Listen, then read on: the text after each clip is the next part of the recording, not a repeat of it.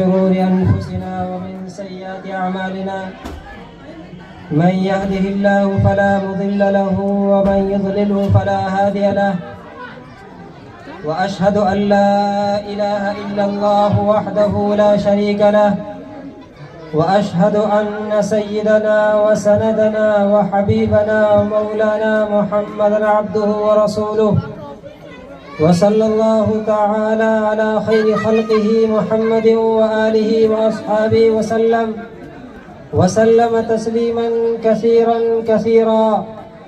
أما بعد فأعوذ بالله من الشيطان الرجيم. بسم الله الرحمن الرحيم. يؤتي الحكمة من يشاء ومن يؤت الحكمة فقد أوتي خيرا كثيرا وما يذكر إلا أولو الألباب. صدق الله العظيم. وقال النبي صلى الله عليه وسلم طلب العلم فريضة على كل مسلم أو كما قال عليه الصلاة والسلام.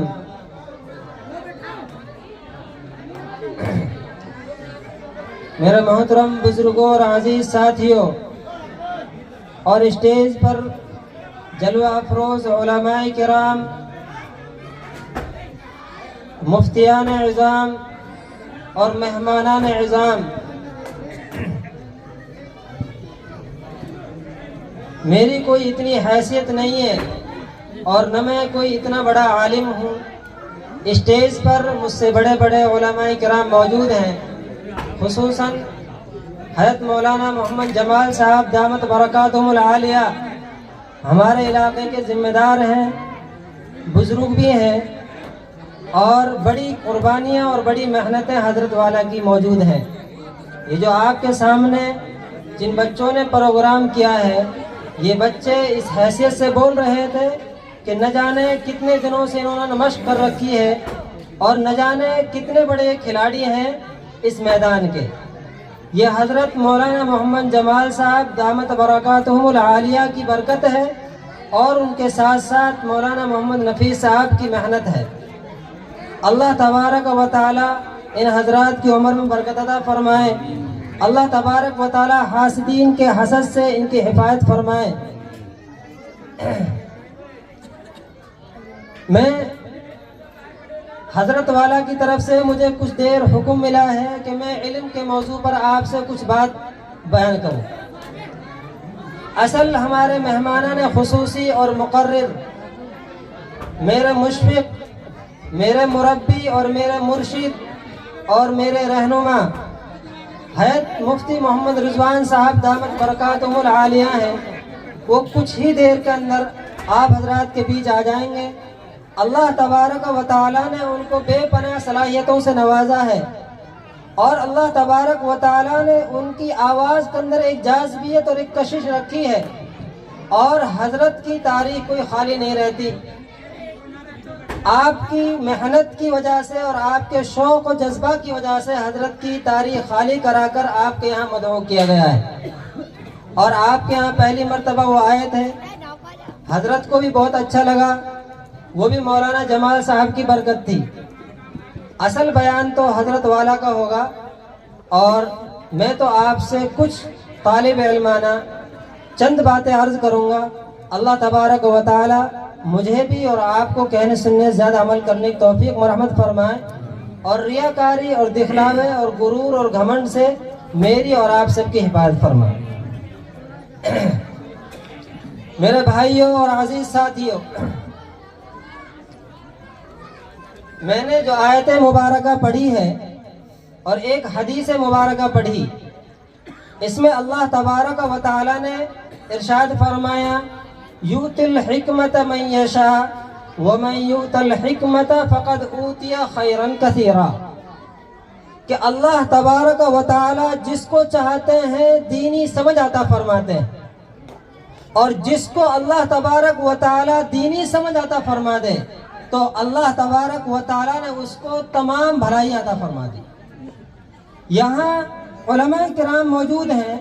یہاں حکمت سے مراد مفسرین رحمت اللہ علیہم نے بیان کیا ہے کہ یہاں حکمت سے مراد علم ہے. یہاں حکمت سے مراد علم ہے کہ اللہ تبارک و تعالی جس کو علم کی دولت عطا فرماتے ہیں جس کو چاہتے ہیں، اور جس کو اللہ تبارک و تعالی علم کی دولت عطا فرما دے تو سمجھو اللہ تبارک و تعالی اس کو تمام بھلائی عطا فرما دے۔ اور یہ بات بھی یاد رکھنی چاہیے، علماء کرام موجود ہیں، میری ہر بات نوٹ ہو رہی ہے، میں بڑے سوچ سمجھ کر بولوں گا، کہیں غلط نہ ہو جائے، اگر غلطی ہو جائے تو میں اس سے معذرت مانگتا ہوں کہ اللہ کے نبی محمد صلی اللہ علیہ وسلم نے ہمیں یہ دین ہم تک پہنچایا۔ علم کے اوپر مجھے بولنے کی اجازت دی گئی ہے۔ پہلی بات یہ سمجھیں کہ علم کہتے کس کو ہیں؟ علم کے لغوی معنی آتے ہیں جاننا، لیکن دینی اصطلاح کے اندر اور قرآنی اصطلاح کے اندر علم اس کو کہا ہے جو اللہ تبارک و تعالی نے اللہ کے نبی محمد صلی اللہ علیہ وسلم کے ذریعے سے جو باتیں اور جو احکام ہم تک ملے ہیں اس کو علم کہتے ہیں۔ اور باقی جتنی بھی چیزیں ہیں وہ علم نہیں ہے بلکہ فنون ہے، وہ فنون ہے۔ علم وہی ہے جو اللہ کے نبی صلی اللہ علیہ وسلم اللہ کے احکام ہم تک پہنچا دیے، وہی علم ہے، اس کے علاوہ باقی سب فنون ہے۔ یاد رکھنی چاہیے جب ہم نے اللہ کو ایک مان لیا، اللہ کے نبی صلی اللہ علیہ وسلم کو ہم نے رسول مان لیا، تو اب ایمان کے اندر داخل ہونے کے بعد، اسلام کے اندر داخل ہونے کے بعد سب سے بڑی جو عائد، جو ذمہ داری جو عائد ہوتی ہے، جو سب سے بڑا جو فریضہ ہے وہ علم ہے، وہ علم ہے۔ یہ بات میں ڈنکے کی چوٹ کہہ رہا ہوں، وہ علم ہے۔ ایمان کے اندر داخل ہونے کے بعد سب سے بڑا فریضہ وہ علم ہے۔ علم کہتے کس کو ہیں؟ علم یہ ہے کہ اللہ کے نبی صلی اللہ علیہ وسلم نے جو دین ہم تک پہنچایا ہے، آیا اس میں سے مجھے کیا کرنا ہے کیا نہیں کرنا، یہ سیکھنے کی کوشش کرنا، یہ جاننے کی کوشش کرنا، یہ ہم سب کی ذمہ داری ہے، یہ اولین فریضہ ہے کہ کون سی چیز حلال ہے، کون سی چیز حرام ہے، اور کون سی چیز ناجائز ہے، کون سی چیز غیر ناجائز ہے، یہ تمام چیزیں ہمیں سیکھنی پڑیں گی۔ ایمان کے اندر داخل ہونے کے بعد سب سے اولین فریضہ یہ علم ہے۔ اسی کو نبی اکرم صلی اللہ علیہ وسلم نے اپنے الفاظ مبارکہ کے اندر ارشاد فرمایا، طلب العلم فریضۃ علی کل مسلم، کہ جو آدمی اسلام کے اندر داخل ہو گیا، جس نے اللہ کو ایک مان لیا، اللہ کے رسول کے اوپر ایمان لے آیا اور اسلام کے اندر داخل ہو گیا، اللہ کے نبی صلی اللہ علیہ وسلم نے ارشاد فرمایا اس آدمی کو اپنی زندگی گزارنے کے طریقے، اسلامی زندگی مجھے کیسے گزارنی ہے، کون سے طریقے سے گزارنی ہے، اتنے طریقے، جتنے طریقے سے اسلامی زندگی گزرے گی اتنا علم سیکھنا ہر مسلمان پر فرض ہے۔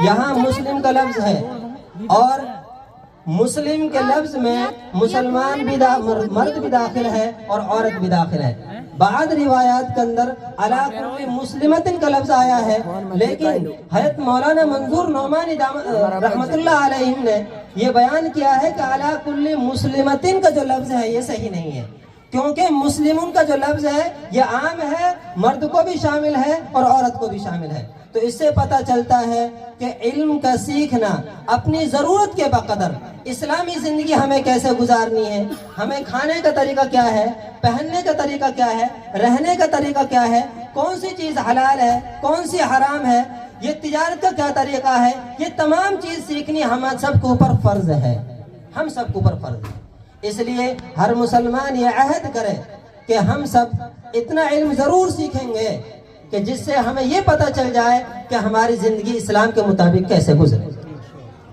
اگر ہم نے یہ کام نہیں کیا تو سمجھ جائیے کہ ہم نے ایک فریضے کو چھوڑ دیا، ہم اس کے گنہگار ہیں۔